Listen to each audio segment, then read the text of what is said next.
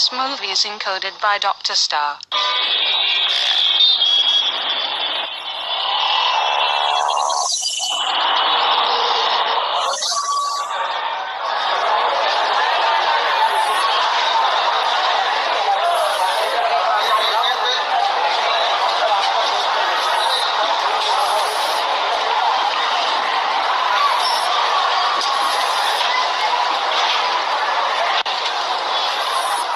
Jeriga raacaya tareenka qaybta afraad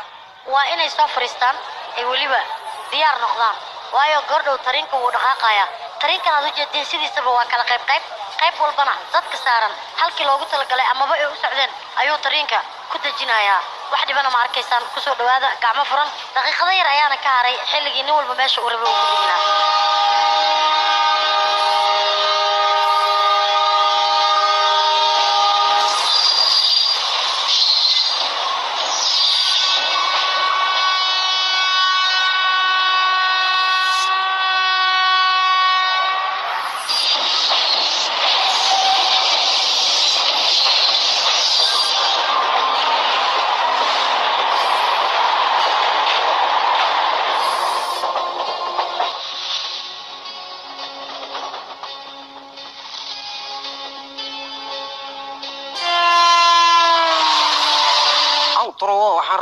adiga joker oo tahay maarta anana sa joker oo naqdo ku bariya halko marle markin khamaar aan dhilay waxa rabaa wax badan inaan helo markeen waa ku jeedaa quruxlo waa tahay laakiin aniga sin ku jarihay aan ku raadihay ma aragtay hata muruga isoo kormil midaal kale waxaan ku sheegay ani guulen ka rabaa bas wax kale ma kar mar in garabsi markeen sin ku raadihay waxa bilaara in soo baxay mujadido bas ta macna tingata mi wiyalaha oo ku tuwa markeen garabsi garka lugta la haysta mar inaan guuleystaan rabaa markeen khamaar waa dhilay ma ogahay laakiin adiga garabsi ni deedo ku fura marbat ni daad i fur qalbi ay wana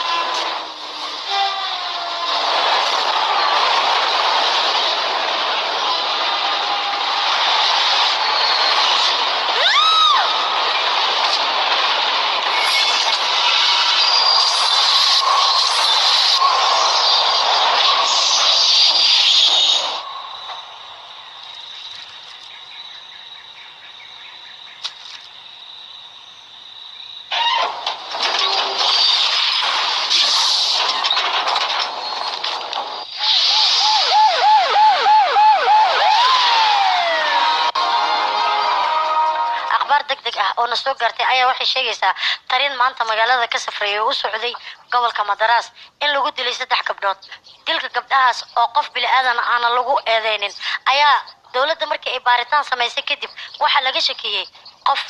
qofkaas oo saarnaa tareenka u socday Madras kadib markii la joojiyay tareenka isku socodkiisa ayaa booliska shakigooda waxay xoog saareen shakhsigaas oo lagu eedeeyay in oo ka dambeyn karo dilka maanta meeshaas ka dhacay shakigaas faraha badan waxa keenay qofkani wuxuu ahaa qofkii hore looga shakiyay qarax ka dhacay Hyderabad qofkan oo shakigiisa hore uu u farbatay ayaa maanta dawladda waxay ku soo eedeysay inuu ka dambeyn karo dilka halkaas ka dhacay sawirkiisa warbixintiisana qofkan laga shakiyay waa kan waxaas isweydiin mudan qofka laga shakiyay ee qolooyinka burcadka ee dibadda laga soo galay anaga wax miyaa ka dhaxeeyo dilalkan la geysanayo ee qorsheysan isku nooc ma u dhacaan qaabkaysa u dhacaan yaa ka dambeeyay madaxda dalkaas iyo burcadda maxaa ka dhaxeeyo waxaad warbixin inaga siisaa dilalkan dhacaya ka mas'uul ah maadaama aad tihiin dawladda loona baahan yahay inaad daryeesho shacabka mas'uulka inta ka dambeysay dilkan raadinteeda ayaan ku guda jirnaa ciidan loogu talagalay ayaana jiro ciidankaas ayaa baaraya gacanta ayaan lagu soo dhigayaa waliba sida ugu dhaqsiyaha badan geerida xaaskaada ku timid wax ma nooga sheegi kartaa mudane su'aal walba aad weydiisay waan kaaga jawaabay laakiin su'aasha